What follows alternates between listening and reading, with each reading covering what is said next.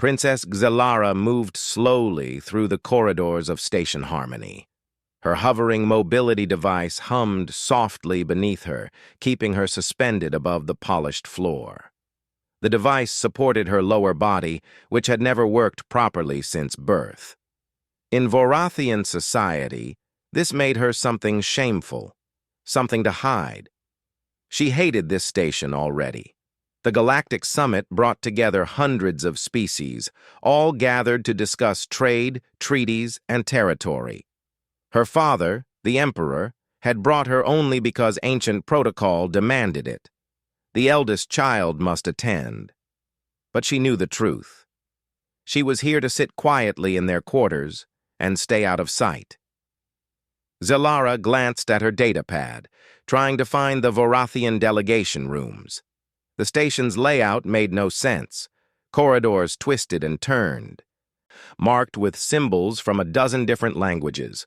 Her translator struggled to keep up. Then her mobility device began to flicker. "No, no, no," she whispered, tapping the controls. The device sputtered, affected by some kind of interference from the station's old systems. It jerked left, then right, pulling her off course. She tried to stabilize it, but the device dragged her down a side corridor she did not recognize. The lights here were dimmer. The walls showed signs of poor maintenance. This was clearly a forgotten section of the station. The device finally stopped outside a door marked with human symbols. She had no choice. If it died completely here, she would be stuck, unable to move. She needed help. Xelara pressed the door control. It slid open. Inside was a small, cramped room filled with tools, parts, and half-assembled technology. A workbench dominated one wall, covered in components she did not recognize. Clothes hung from hooks. Food containers sat stacked in a corner. Someone clearly lived and worked here. A human male looked up from the workbench. He had dark hair, kind eyes, and grease stains on his shirt. He appeared surprised, but not alarmed. "Oh, hello," he said, setting down a tool. "Can I help you?" Xelara froze. She waited for the usual reaction, the careful look away, the uncomfortable silence, the pity. Every species she had ever met showed the same response when they saw her condition, but this human simply smiled and waited for her answer. I entered the wrong room," Xelara said stiffly. "I apologize for the intrusion. I will leave." She tried to turn her device around, but it sparked and died completely. She sagged in the harness, now unable to move at all. "Whoa, hang on," the human said, standing quickly. "Your mobility device just failed. Let me take a look." He approached without hesitation, crouching beside the device to examine it. His movements were confident and professional. He studied the components with genuine interest. "I'm Marcus, by the way. Marcus Chen, Xeno-engineer. And you are?" "Princess Xelara of the Vorathian Empire," she replied automatically. Then she caught herself. Why had she used her full title? She never did that. "Nice to meet you, Princess," Marcus said cheerfully, already opening an access panel on her device. "This is a beautiful piece of engineering. Vorathian design, right? I've read about these, but never seen one up close." Xelara did not know what to say. He was complimenting the device, not ignoring it, not pretending it did not exist. "The station's old electromagnetic systems are causing interference," Marcus continued, pulling out a small scanner. "See this? Your device operates on a frequency that conflicts with the station's power grid in this section. It's an easy fix, actually." He worked quickly, explaining what he was doing as he made adjustments. Xelara found herself listening carefully. His knowledge was impressive. He spoke to her as if she understood the technical details, which she did. She had studied engineering extensively during her isolated years in the palace. "You modified the phase variance regulator," she observed, watching his hands work. Marcus looked up, grinning. "Exactly. You know your engineering. Most people have no idea what these things do." "I have studied extensively," Zalara said quietly. I have had much time alone. Something flickered in Marcus's expression. Understanding, perhaps, but not pity. Never pity. He finished the repair and activated the device. It hummed back to life, stable and smooth. There you go, Marcus said, standing and wiping his hands. Should work fine now. Just avoid the lower sections of the station. The electromagnetic interference is worse down there. Thank you, Zalara said. She should leave now. Return to her quarters before anyone noticed her absence. But she found herself hesitating. Marcus noticed. Would you like to stay for a bit? I just made tea. Well, the human version of tea. Might not be suitable for Varathian biology, actually. But I have water, and I could use the company. Honestly. Zalara stared at him. No one ever invited her to stay. No one ever wanted her company. I am not intruding? She asked carefully. Not at all. I've been alone on this station for 3 weeks. The other 2 humans are in the diplomatic section. I'm stuck down here because humanity doesn't rate good quarters yet. He shrugged. We're too new to galactic politics. Not important enough. He said it without bitterness, just stating a fact. Zalara understood that feeling very well. Then yes, she said. I will stay. For a short time. Marcus smiled and gestured to a chair. He moved some tools aside to make space.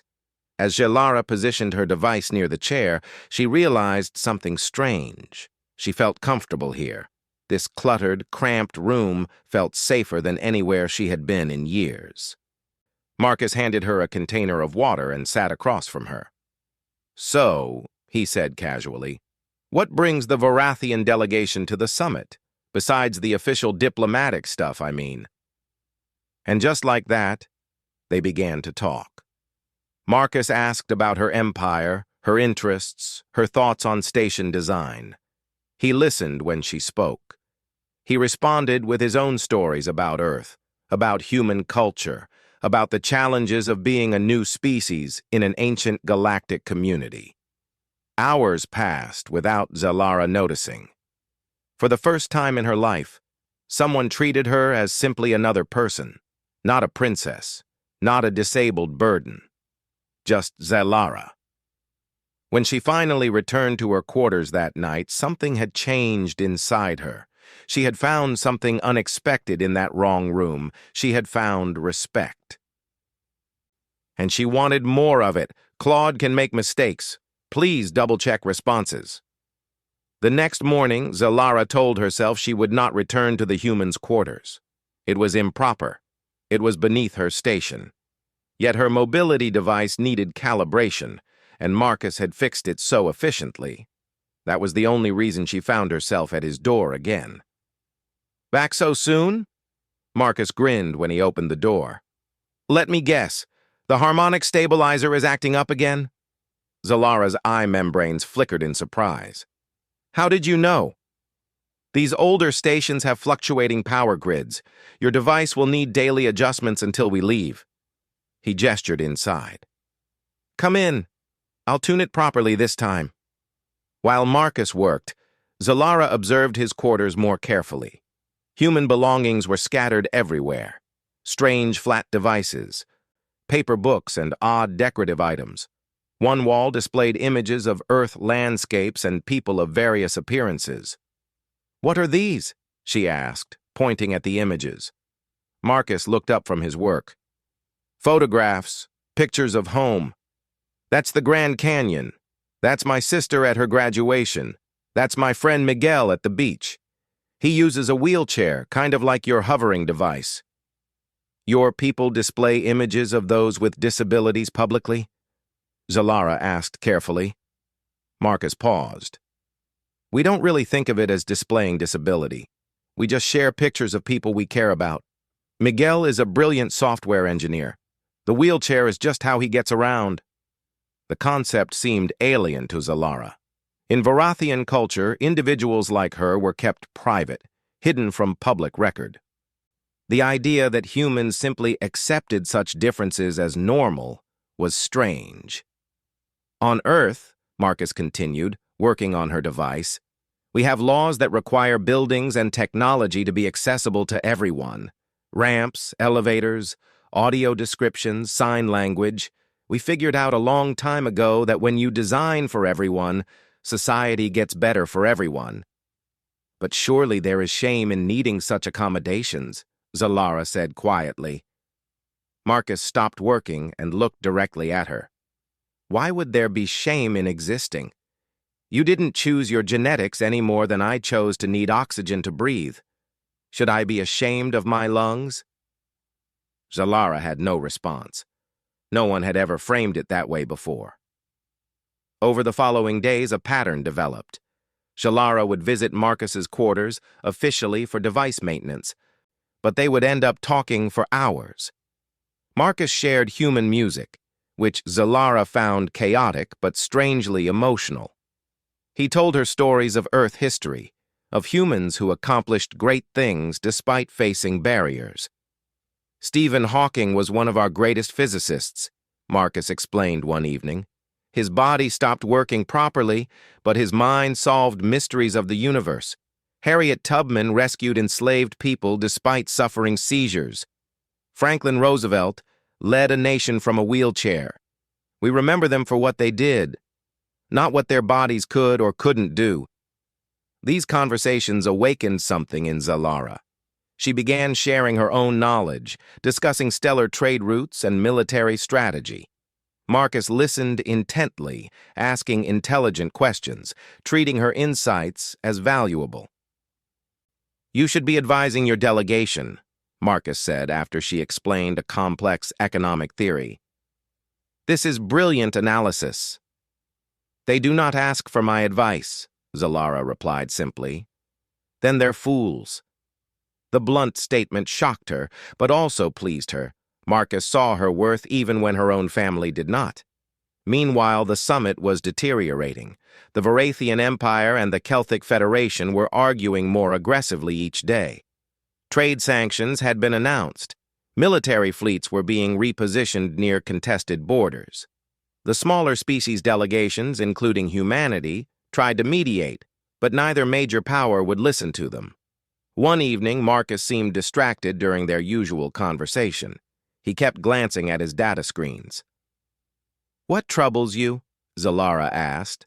Marcus hesitated. Probably nothing. Just some weird readings on the station's external sensors, energy signatures that don't match any registered ships. Zalara's training immediately activated. Show me. Marcus pulled up the data. Zalara's eyes widened as she analyzed the patterns. Her mind, trained in military tactics since childhood, recognized what she was seeing. These are cloaked vessels, she said urgently. Multiple ships, positioned in a surveillance pattern around the station. Pirates? Marcus asked. Worse, the Syndicate. Zalara's hands moved quickly across the screen, pulling up more data. They are scavengers who profit from war. When major powers fight, they raid undefended systems. If Varathia and Celtic go to war, dozens of worlds will be vulnerable. Marcus leaned forward. They're waiting for the war to start? Yes. And positioning themselves now. Zalara continued analyzing. Look at these coordinates. These match supply routes between Celtic colony worlds, and these align with Varathian mining operations. The moment conflict begins, they will strike simultaneously across multiple systems. We need to warn the delegations, Marcus said. Zalara's expression darkened. They will not listen to me. They never do. Then we make them listen, Marcus insisted. This is too important. You do not understand, Zalara said quietly. My own family will not acknowledge my presence at this summit. I am an embarrassment to them. If I speak publicly, my brother will claim I am confused or manipulated. The other delegations will dismiss me as a desperate, disabled princess seeking attention. Marcus was quiet for a moment. Then he said, What if we present it together? You have the tactical analysis. I have the sensor data. Human-Varathian cooperation might get their attention. Humanity has no power here, Zalara said, though not unkindly.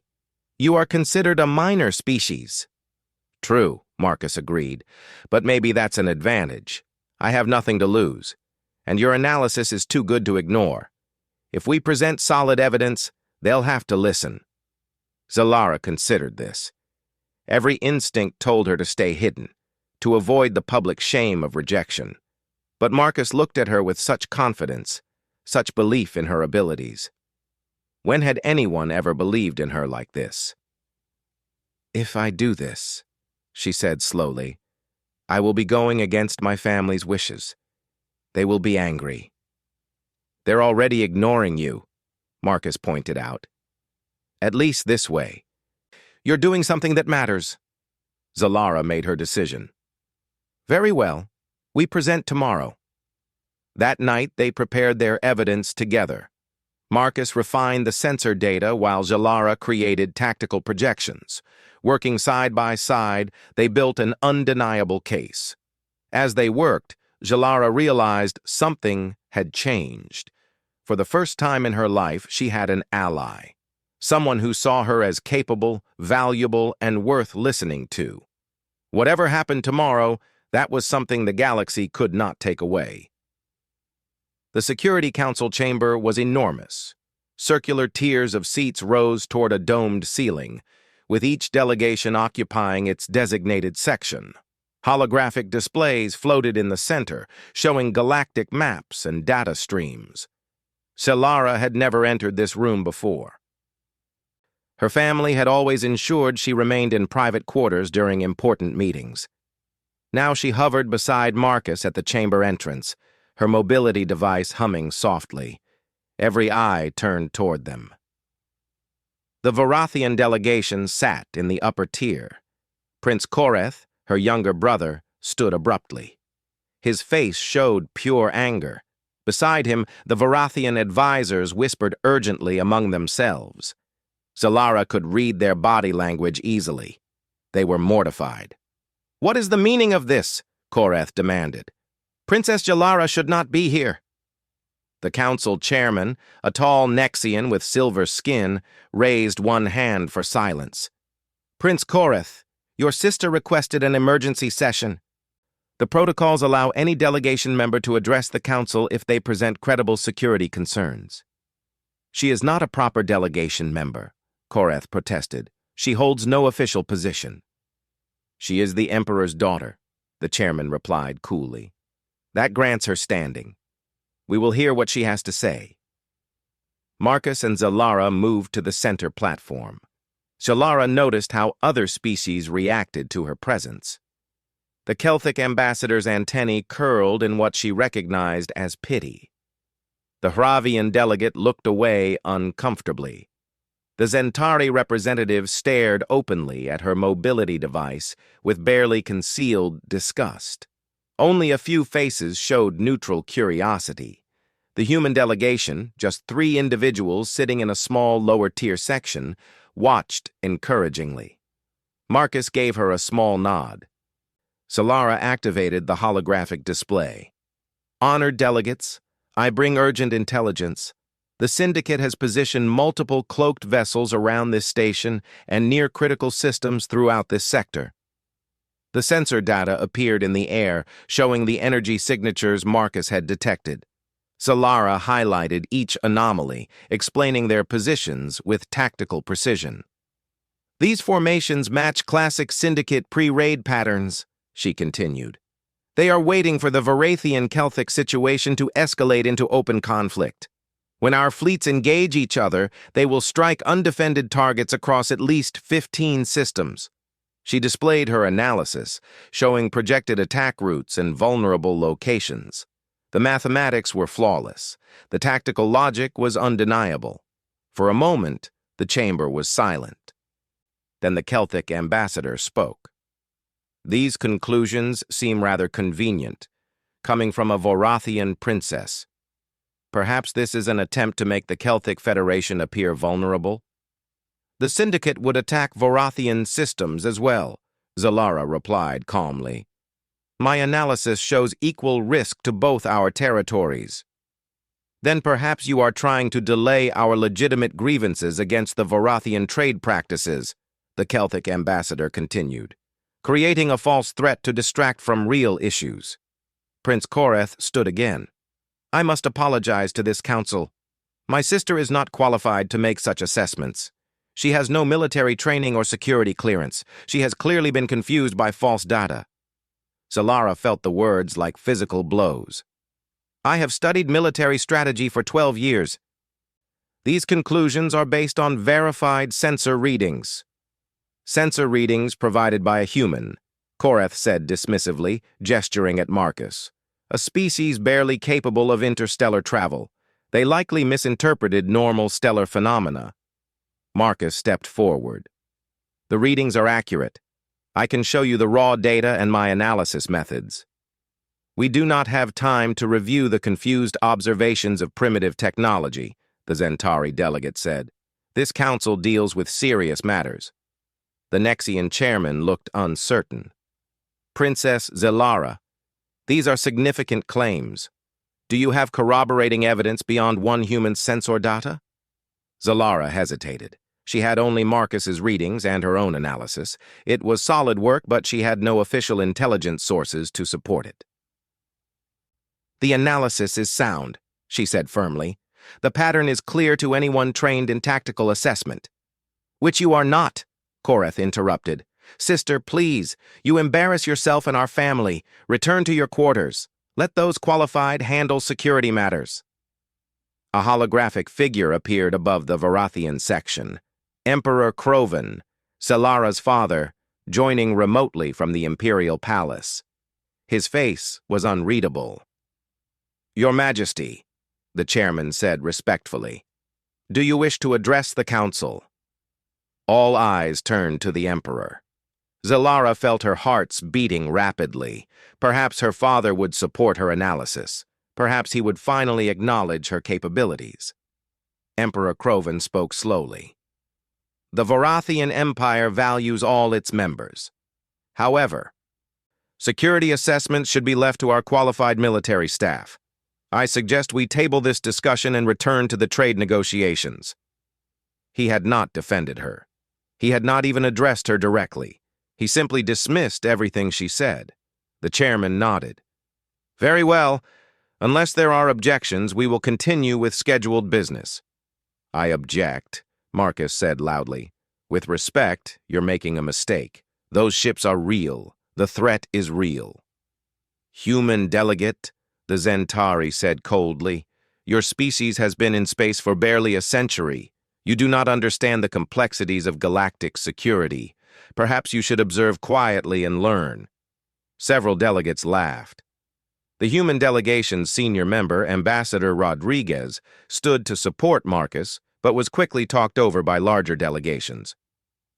The chairman struck his resonance staff against the floor. This matter is concluded. Princess Zalara, Human Engineer Chen, you are dismissed. Guards will escort you out. 2 security personnel approached. Zalara's hands trembled with humiliation and anger. She had been right. Her analysis was perfect, and they dismissed her anyway. Marcus touched her arm gently. Come on, let's go. They left the chamber together, the sound of resumed debate following them into the corridor. Once the doors closed, Marcus turned to her. I'm sorry, he said. That was completely unfair. Zalara said nothing for a moment.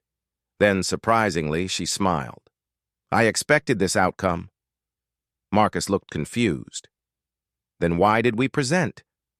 Because now we know for certain they will not listen to official warnings, Zalara said. Which means we must take unofficial action.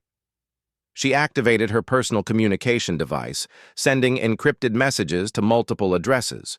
Within seconds, responses began arriving. What are you doing? Marcus asked. Over the past days, I have been contacting others like us, Zalara explained. Junior officers ignored by their superiors, minor diplomats from small species, scientists whose warnings go unheard, anyone who has been dismissed or overlooked. More messages appeared on her screen. Confirmations, offers of support, additional intelligence.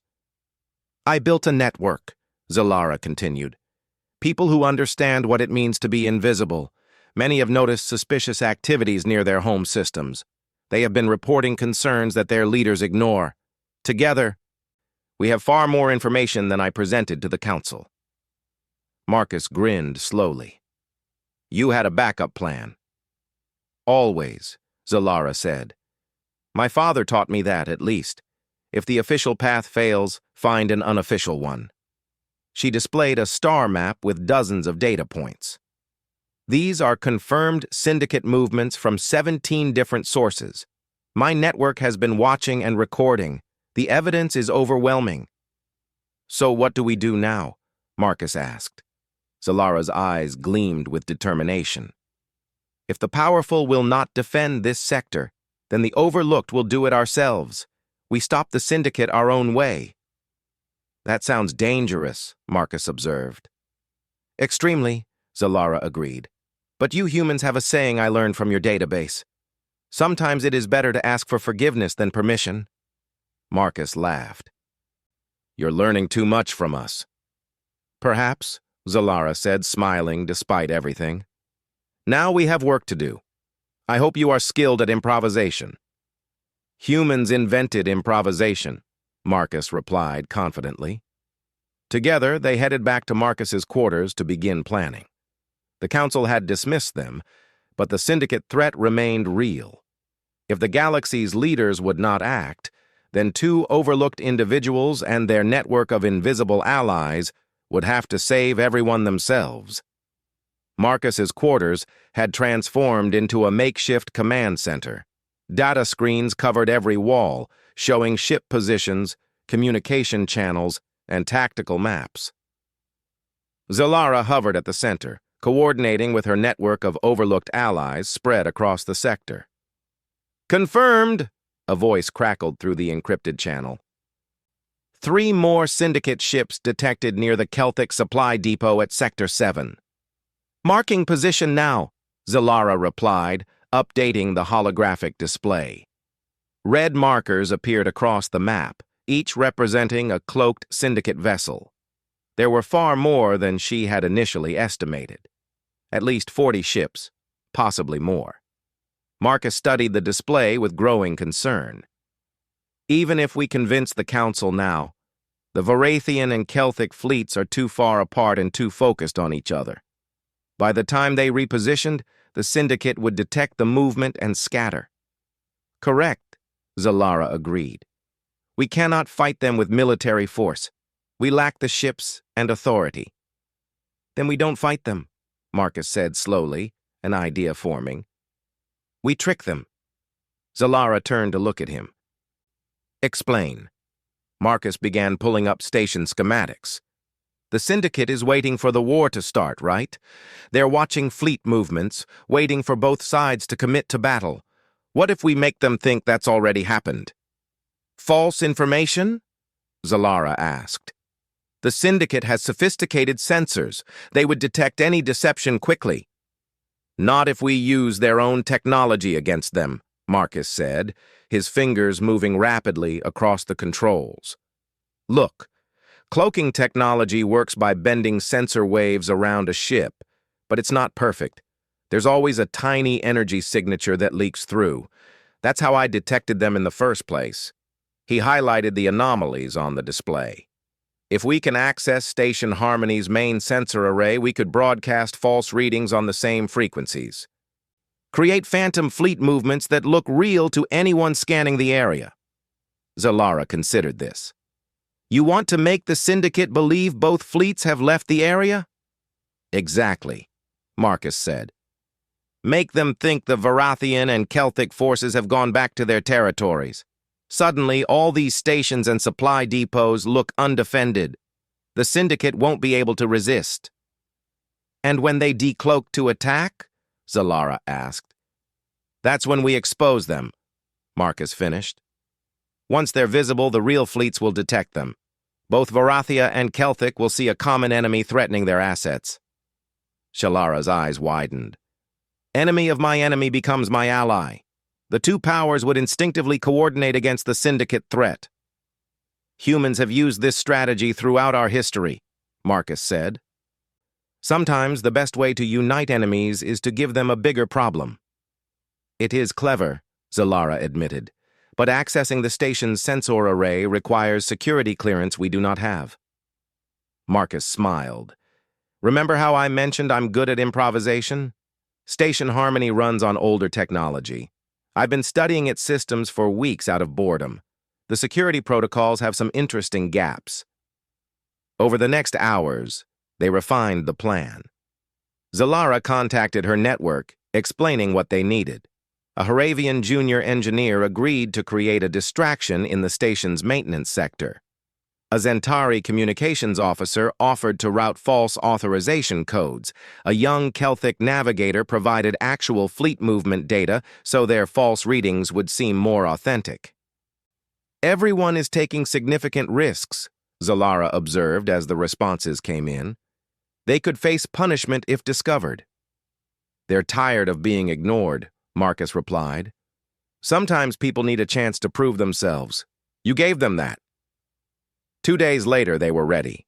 The Vorathian-Celtic tensions had reached a critical point. Both fleets were on high alert. The Syndicate ships remained in position, waiting like predators. Marcus sat at the station's auxiliary control panel, his hands moving across the interface. Starting the sensor broadcast now. Phase 1 begins. False data began flooding through the system. To anyone monitoring the sector, it appeared the Vorathian fleet was withdrawing toward their home territory. The Celtic fleet seemed to be doing the same, pulling back from contested areas. The Syndicate is responding, Zalara reported, watching her own sensors. Their ships are moving into attack formations. Phase 2, Marcus said. Deploying the bait. Members of Zalara's network, piloting small civilian vessels and cargo ships, began moving through specific routes. To casual scans, they appeared to be regular transport traffic. But Zalara had positioned them precisely to look vulnerable and valuable. The Syndicate took the bait. One by one, their cloaked ships began decloaking, preparing to strike what they believed were easy targets.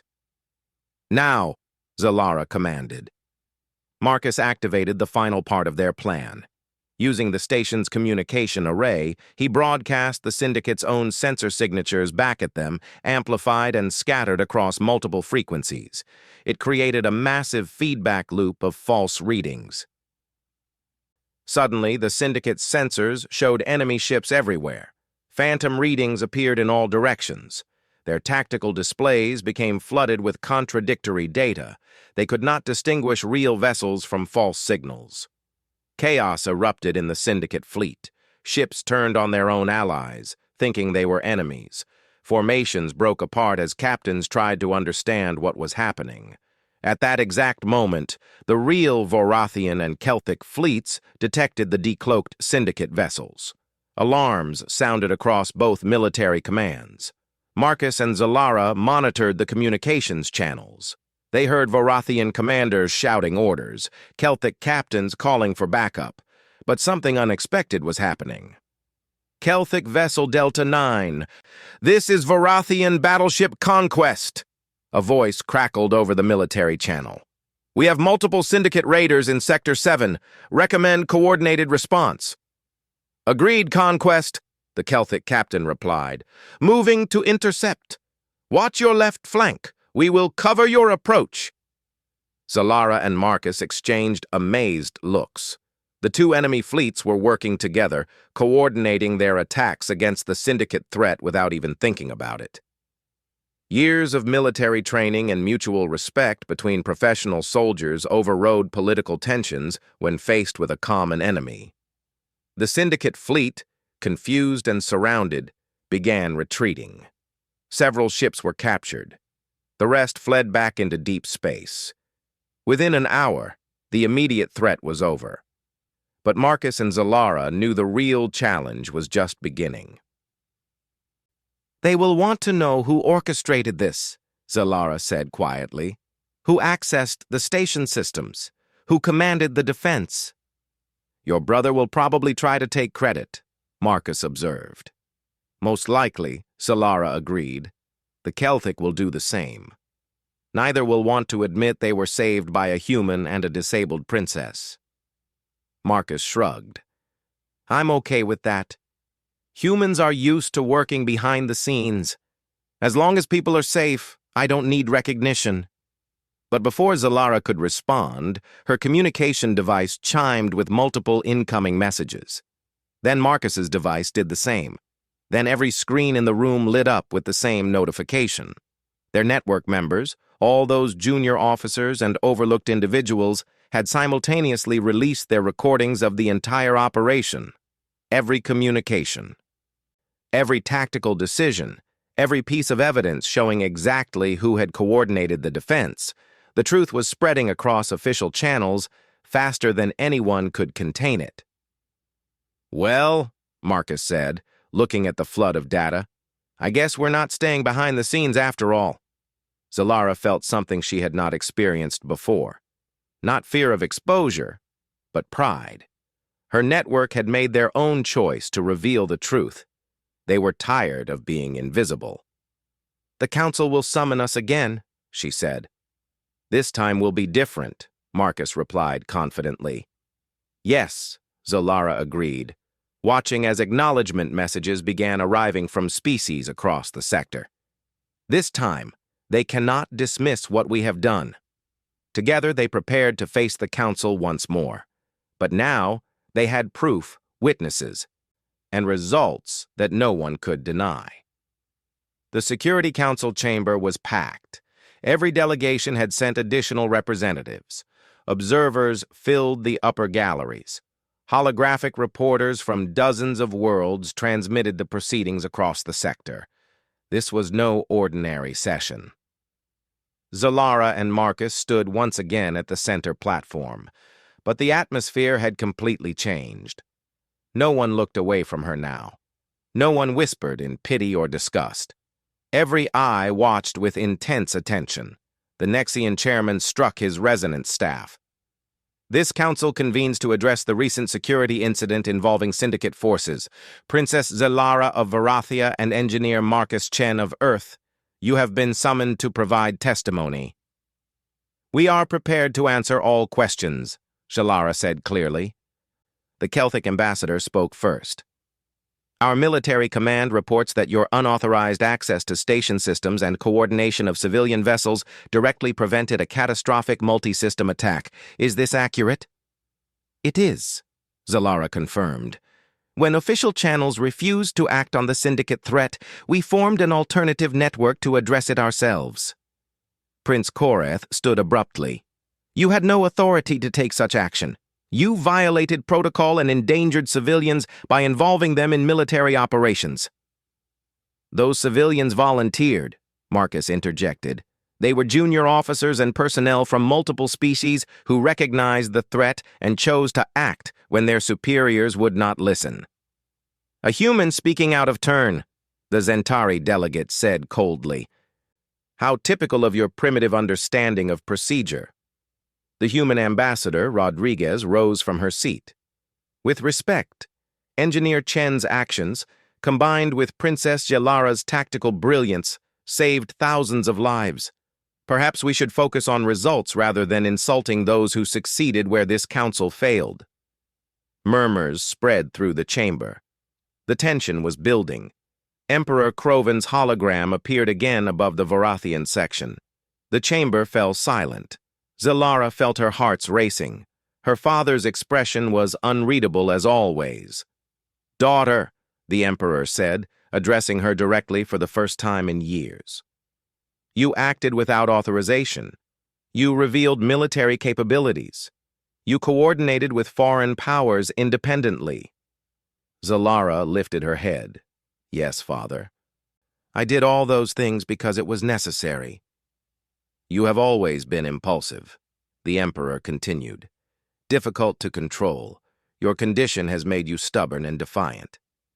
Zalara felt the familiar shame rising, but then she noticed something. Marcus had moved slightly closer to her, a silent show of support. Across the chamber, she saw members of her network watching. Junior officers from a dozen species, all people who had been dismissed and overlooked, now standing witness. She was not alone anymore. "My condition has nothing to do with my decisions," Zalara said firmly. "My analysis was correct. My strategy succeeded. If that makes me defiant, then I accept that judgment." The Emperor was quiet for a long moment, then, surprisingly, the corners of his mouth turned upward slightly. "Your mother was defiant too. She would argue with me constantly about policy and strategy. I see much of her in you." Zalara's eyes widened. Her mother had died when she was young. Her father rarely spoke of her. "The Vorathian Empire," Emperor Krovan continued, addressing the council now, "has been reminded that capability exists in unexpected forms. My daughter possesses skills we have failed to utilize. This was short-sighted." He paused, then made his announcement. "Princess Zalara will be appointed as the Vorathian Empire's first ambassador to emerging species affairs. She will represent our interests with newer galactic civilizations and coordinate with non-traditional security networks." The chamber erupted in conversation. It was not the military command position Zalara might have hoped for, but it was something far more significant. It was public acknowledgement, official authority, a role that matched her actual capabilities. Koreth looked furious, but said nothing. He could not contradict the Emperor publicly.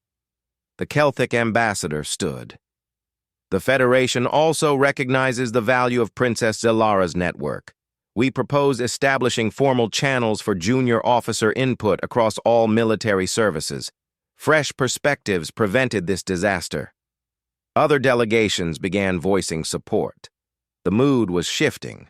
What had begun as a tribunal was becoming something else entirely. The chairman looked at Marcus. "And what of humanity's role in this?